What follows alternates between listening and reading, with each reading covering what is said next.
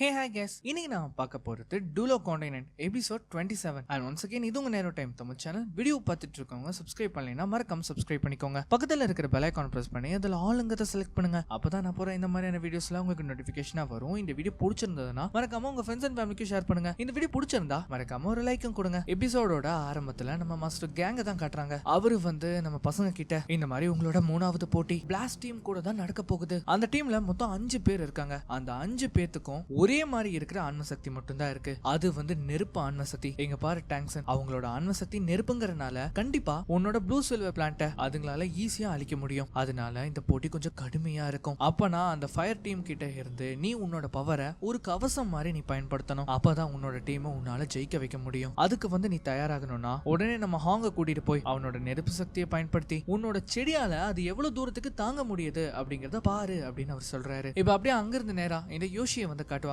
அவனோட மாய வலையில வெனம் கிராண்ட் மாஸ்டர் அதுல இருந்து தப்பிச்சிருப்பாரு இல்லையா, அதனால யோஷி ஷின்ன தாக்க ட்ரை பண்றான். ஆனா யோஷி தாக்க வர்றது அவனுக்கு முன்னாடியே தெரிஞ்சனால உடனே அவன் மைண்ட் கண்ட்ரோலை பயன்படுத்தி நம்ம யோஷியை தாக்க முயற்சி பண்றான். யோஷி அவனுக்கு முன்னாடி இருக்கிற ஷின் மேல அவனோட ஆன்ம சக்தியை பயன்படுத்தும் போது ஷின் என்ன சொல்றானா, நீ மட்டும் இதை ரிமூவ் பண்ணலன்னா உன்னோட ஃப்ரெண்டை நான் கொன்றுவேன். அது மட்டும் இல்லாம அவனோட நிலைமை இப்ப எப்படி இருக்குன்னு உனக்கு தெரியும்ல. அப்ப யோஷி ஒரு கான்ட்ராக்ட் போடுறான், நீ இந்த ஃபைனல்ஸ் முடிச்சதுக்கு அப்புறமா நீ என்ன சுதந்திரமா விட்டுறணும். கண்டிப்பா இதை கேட்ட உடனே யோஷி அவனோட பாய்சனை ரிமூவ் பண்ணும்போது இங்க நம்ம பசங்களை காட்டுவாங்க. நம்ம டாங்சன் ஹாங்கோட அந்த ஃபீனிக்ஸ் பவரை டெஸ்ட் பண்ணி பார்க்கும்போது அவன் ப்ளூ சில்வர் பிளான்ட்டை எப்படியாவது தாக்கு பிடிக்க வைக்க அவன் ட்ரை பண்றான். இந்த இடத்துல ஆச்சரியமான விஷயம் என்னன்னா, நம்ம ஹாங் என்னதான் அவனோட ஃபயர் பவரை வச்சு அதை அட்டாக் பண்ணாலுமே அந்த ப்ளூ சில்வர் பிளான்ட்டுக்கு ஒரு காயம் கூட ஏற்படல. ஆக்சுவலி இதுக்கு காரணம் எல்லாமே அந்த விசேஷ வாட்டர் தான், அதாவது அந்த அமுத நீர். இதை பார்த்த உடனே ஹாங் என்ன சொல்றான்னா, என்னோட ஃபயர் அட்டாக்னால உன்னோட ப்ளூ கிரேஸ்க்கு எதுவுமே ஆகல, ஆனா இது நமக்கு பத்தாது, நம்ம இன்னும் வேற ஏதாவது ட்ரை பண்ணணும். நம்ம உடனே மிஸ் ஓவை பார்த்து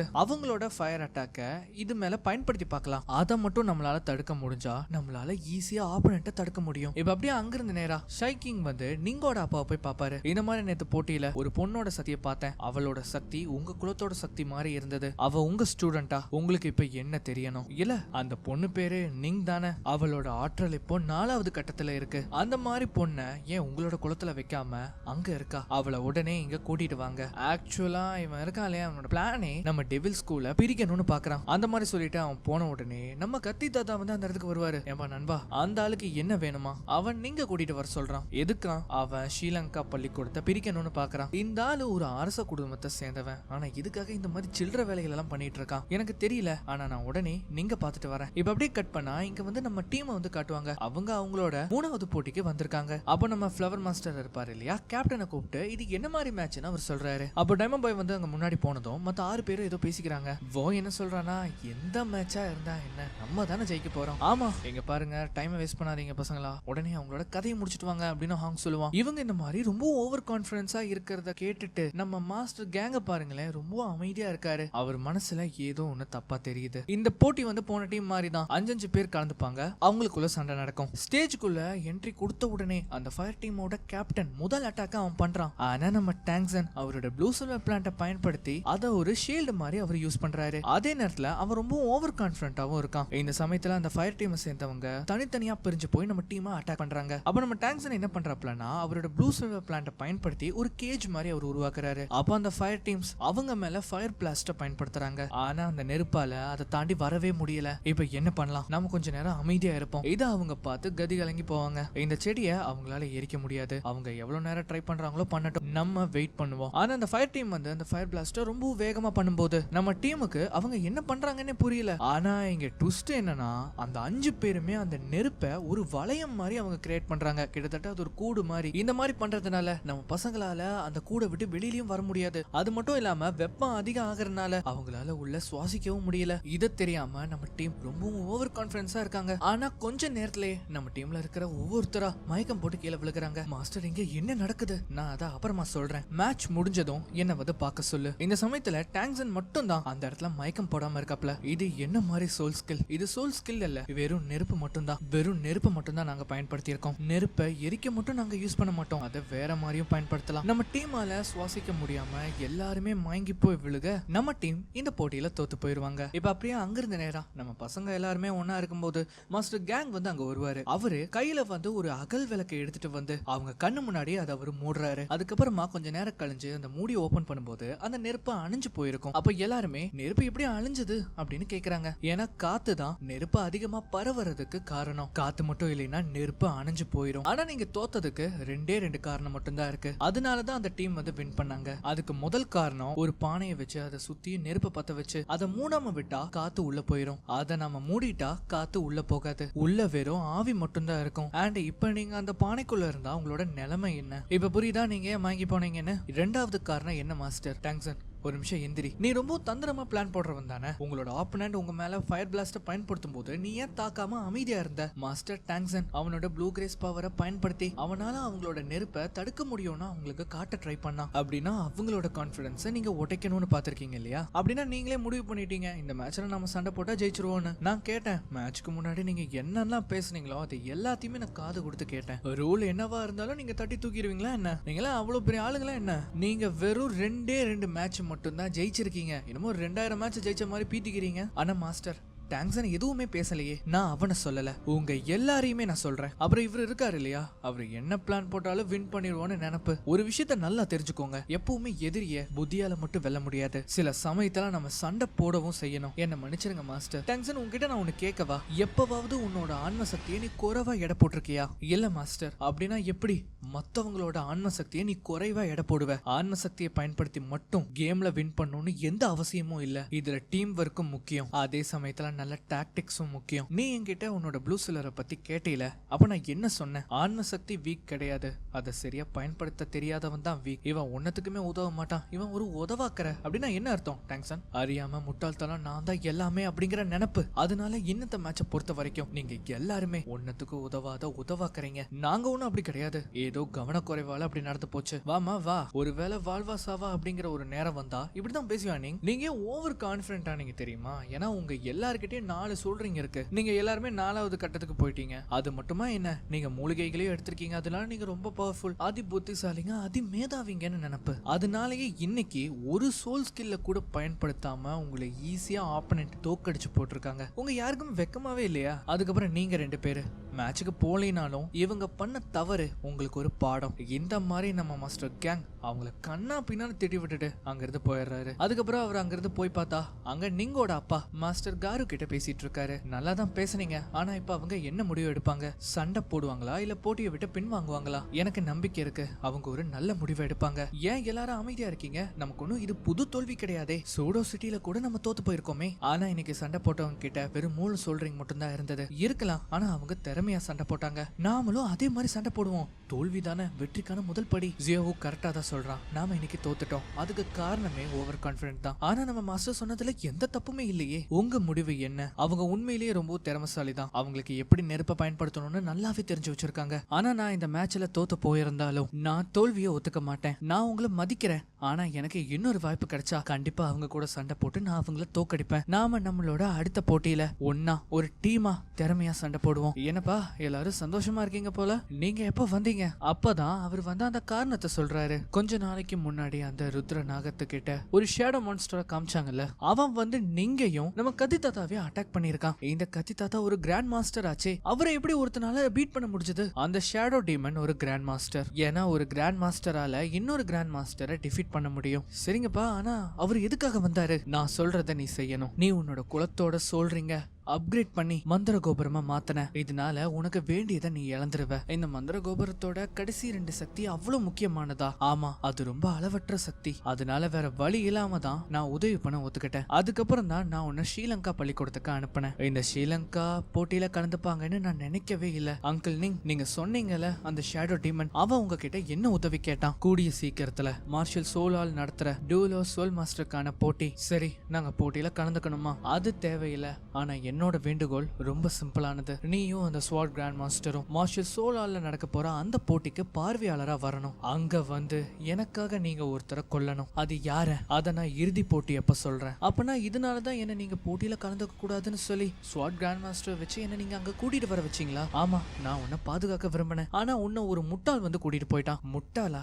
யார சொல்றீங்க? ஒருவேளை நானா இருக்குமோ? நீ முட்டாள்னு ஒவ்வொரு முறையும் நிரூபிக்கிற. அதுக்கப்புறம் இன்னொரு விஷயம், என்ன மாதிரி நிறைய கிராண்ட் மாஸ்டர் அங்க வர போறாங்க. அப்பா இப்பதான் என்னோட சக்தி மாறிடுச்சுல, நீங்க திரும்பவும் அங்க போயாகணுமா? ஆமாமா கண்டிப்பா போயாகணும். ஆனா இப்ப நீங்க முடிவு பண்ணுங்க, ஃபைனல்ஸ்ல என்ன வேணா நடக்கலாம், நீங்க அங்க போக தான் போறீங்களா? எனக்கு அந்த போட்டியில கலந்துக்க ஒரு காரணம் இருக்கு, ஆனா மத்தவங்க இந்த போட்டியை விட்டு விலகணும்னு நினைச்சா தாராளமா விலகலாம். இல்ல என்னால முடியாது, நான் போட்டியில கலந்துகிட்டு தான் ஆகணும். ஏன்னா இந்த போட்டியில தான் நான் என்னோட அண்ணன் கூட சண்டை போட முடியும். அதனால நான் மார்ஷல் சிட்டிக்கு போக தான் போறேன். டாங்ஸன் எங்க போறானோ அங்கதான் நானும் போவேன். சகோதரர் டாங்ஸன் எனக்காக நிறைய முறை உதவி பண்ணிருக்காரு. அதனால நானும் மார்ஷல் சிட்டிக்கு போக தான் போறேன். நானும் போக தான் போறேன்.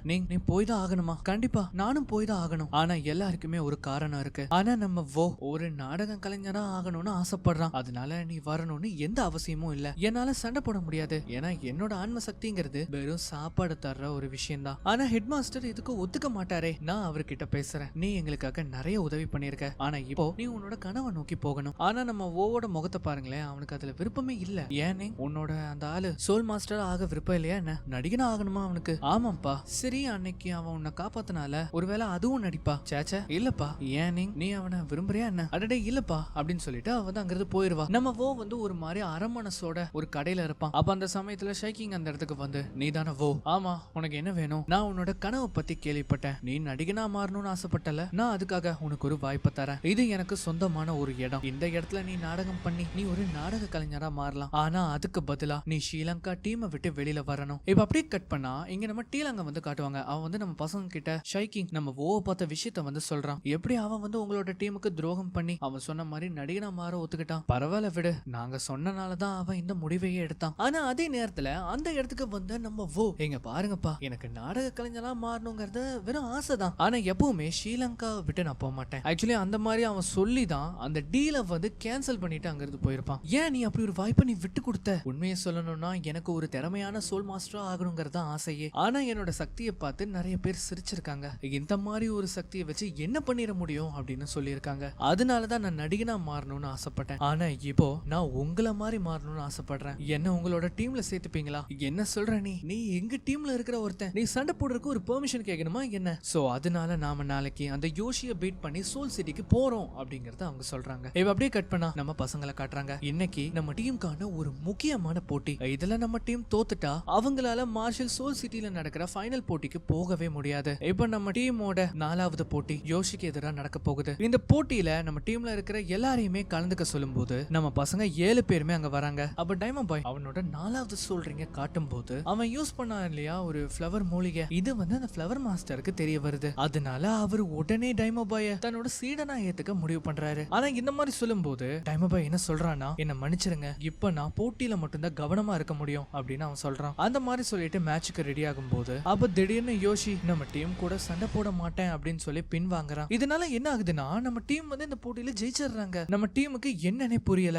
அதுக்கப்புறமா கொஞ்ச நேரம் கழிஞ்சு யோஷி நம்ம டாங்ஸனை தனியா கூட்டிட்டு போய், இந்த மாதிரி இது தலைமையோட ஆர்டர், நான் உங்களுக்கு விட்டு கொடுக்கணும். ஏன்னா நீங்க ஆல்ரெடி ஒரு மேட்ச்ல தோத்ததுனால இந்த மேட்சை நீங்க ஜெயிச்சே ஆகணும்னு ஒரு கட்டாய சூழ்நிலை. சோ அதனாலதான் நான் விட்டு கொடுத்தேன். இருந்தாலும் இங்க பாரு டாங்ஸன், கொஞ்சம் கவனமாவே இரு. நம்ம சோல் சிட்டில கூடி சீக்கிரம் மீட் பண்ணுவோம். அதுக்கப்புறமா ராத்திரி நீ நான் சொல்ற இடத்துக்கு வா, நான் உனக்கு ஒரு விஷயத்தை காட்டணும். அதே சமயம் இந்த பக்கம் ஷைக்கிங் ஸ்ரீலங்கா பள்ளிக்கூடத்துக்கு இவ்வளவு தொந்தரவு கொடுக்கறது இளவரசர் கண்டுக்காம இருக்கிறதுனால சந்தேகம் வந்து உடனே அவரை போய் பாக்குறாரு. அப்பதான் தெரிய வருது லீனா அவனை அடைச்சு வச்சுட்டு அவனோட உருவத்துல இருக்கிறது இவனுக்கு தெரிய வருது. உடனே அவன் வெளியில போய் கார்ட்ஸ் கிட்ட இந்த மாதிரி இளவரசன் வெளியில வந்தது போலியானவன், அவனை போய் கைது பண்ணுங்க அப்படின்னு சொல்லும் போது இந்த சமயத்துல இளவரசரோட ஆளுங்க வந்து அவனை கைது பண்றாங்க. ஆனா இந்த சமயத்துல மாறு வேஷத்துல வந்த அந்த லீனா இவன் என்ன கொலை பண்ண முயற்சி பண்ணிருக்கான், உடனே இவனை கைது பண்ணுங்க அப்படிங்கறத அவன் சொல்றான். இந்த மாதிரி சொல்லும் போது கார்ட்ஸ் எல்லாருமே அவனை கைது பண்ணி கூட்டிட்டு போறாங்க. இப்ப அதே சமயத்துல நம்ம பசங்களை காட்டுறாங்க. வோவும் ஹாங்கும் அதுக்கப்புறம் மாஸ்டர்ஸ் எல்லாருமே பேசிக்கிட்டு இருக்கும் போது அப்ப அவங்க இருக்கிற இடத்துல ஒரு பூவோட இதழ் வந்து பறந்து வரும். ஆனா இப்ப அப்படியே கட் பண்ணா அந்த இடத்துக்கு டைமண்ட் பாய் வராரு. இத பார்த்த உடனே டைமண்ட் பாய் என்ன பண்றான்னா ஜூகிங்க மட்டும் தூக்கிட்டு போய் அவளுக்கு என்ன ஆச்சுன்னு போய் பார்க்க போறான். அப்படி அவன் வெளியில வரும்போது தான் தெரியுது அந்த இடத்துக்கு அந்த ஃப்ளவர் மாஸ்டர் வராரு. அப்படின்னா நீ எல்லாருமே மயங்கி போக காரணம் நீங்க தானா? ஆனா நான் உனக்கு மறுபடியும் ஒரு வாய்ப்பு தரேன். நீ என்ன உன்னோட குருவா ஏத்துக்கோ. உனக்கு உன்னோட அண்ணனை டிஃபீட் பண்ண நான் உதவி பண்றேன். இல்ல என்னோட குடும்ப பிரச்சனையில உங்களோட உதவி எனக்கு வேணாம். ஆனா ஏன் இந்த உலகத்துல எவ்வளவோ திறமையான சோல் மாஸ்டர்ஸ் எல்லாம் இருக்காங்களே, அவங்கள நீங்க ஏன் உங்களோட சீடனா ஏத்துக்க வேண்டியதானே? ஆமா உண்மைதான், ஆனா எனக்கு சீடனா மாற உனக்கு மட்டும் தான் தகுதி இருக்கு, யோசிச்சு முடிவெடு. அந்த மாதிரி சொல்லிட்டு அவர் போகும்போது இப்ப அதே நேரத்துல நம்ம டாங்ஸனும் ஜியோவும் யோஷி சொன்னா அதே இடத்துக்கு போய் அவனை வந்து மீட் பண்றாங்க. அப்ப யோஷி அவங்க 2 பேத்தையுமே கான்கோயா அகாடமில இவன் கூட படிச்ச நண்பர்கள் கிட்ட அவன் கூட்டிட்டு போறான். நம்ம யோஷியோட ஃப்ரெண்ட்ஸ் எல்லாருமே ஷின்னோட மைண்ட் கண்ட்ரோல்ல மாட்டிருக்காங்க. அப்ப யோஷி நம்ம டாங்ஸன் கிட்ட வெனம் கிராண்ட் மாஸ்டரோட உடம்புல இருக்கிற பாய்சனை கியூர் பண்றதுக்கான மெடிசனை வந்து கொடுக்கறான். ஆனா அவரோட உடம்புல இருக்கிற விஷம் ஆல்ரெடி கியூர் ஆனது யோஷிக்கு தெரியாது. அப்ப அதை வாங்கினதுக்கு அப்புறமா நம்ம சியோவு அந்த அறை கிட்ட போவா. இந்த சமயத்துல நிறைய லேசர்ஸ் மாதிரியான இருக்கிற விஷயங்கள் அவளை தாக்க வருது. ஆனா நம்ம சியோவு அதை பார்த்து பயப்படாம அது கூட ஜாலியா விளையாண்டு இருக்கா. ஆனா அந்த சமயத்துல சடனா அந்த இடத்துல கண்ணாடி மாதிரி இருக்கிற ஒரு ஆன்மசக்தி நம்ம ஜியோவை நிறைய லேசர் லைட்ஸால அட்டாக் பண்றாங்க. உடனே அந்த இடத்துக்கு யோஷி வந்து இதை நிறுத்த சொல்றான். இந்த மாதிரி அவன் சொன்ன உடனே அந்த தாக்குதல் வந்து நின்னு போயிடும். அதுக்கப்புறமா அவன் நண்பர்கள் இருக்கிற இடத்துக்கு கூட்டிட்டு போறான். உள்ள போய் பார்த்தா யோஷியோட நண்பர்கள் எல்லாருமே சுயநனவு இல்லாம ஒரு மாதிரி சில மாதிரி இருக்காங்க. இவங்க எல்லாருக்கும் என்ன ஆச்சு? இவங்க எல்லாருமே அந்த ஷின் மைண்ட் கண்ட்ரோல் பண்ணி அவங்க கனவு உலகத்துல அவன் மாட்ட வச்சிருக்கான். இவங்களால பேச முடியாது, சாப்பிட முடியாது. இவங்க 4 பேருமே ஒரு நடைப்பணம் மாதிரி இருக்காங்க. எனக்கு உன்கிட்ட இருந்து ஒரே ஒரு உதவி மட்டும்தான் வேணும். என்னோட ஃப்ரெண்ட்ஸ ஷின் கட்டுப்பாட்டுல இருந்து வெளியில கொண்டு வர நீயும் அந்த வெனம் கிராண்ட் மாஸ்டர் உதவி பண்ணணும். கண்டிப்பா என்னால முடிஞ்சதை நான் பண்றேன். ஆனா இத பண்ண சொல்றது ஹாண்டியான் கிராண்ட் மாஸ்டர் தான். எனக்கு சரியா தெரியல. ஆனா நான் அவரை ஒரே முறை தான் பாத்திருக்கேன், அதுவும் ஷின் கிட்ட பேசினப்ப. ஆனா அவரோட முகத்தை என்னால பார்க்க முடியல. ஏன்னா கிராண்ட் மாஸ்டரோட உருவங்கிறது ஒரு கரும்புகை மாதிரி இருந்தது. ஒருவேளை இது பண்றது உண்மையிலேயே என்னோட அப்பா தானா? அப்படி இருந்ததுன்னா கண்டிப்பா நான் அவரை தடுப்பேன். இந்த மாதிரி மனசுக்குள்ளேயே நம்ம டாங்ஸன் வந்து நினைச்சிட்டு இருக்கும் போது இப்படியாக இந்த எபிசோட் வந்து முடிவுக்கு வருது. அண்ட் இதுக்கப்புறம் என்ன ஆகுங்கிறத நாம அடுத்த எபிசோட்ல பார்க்கலாம்.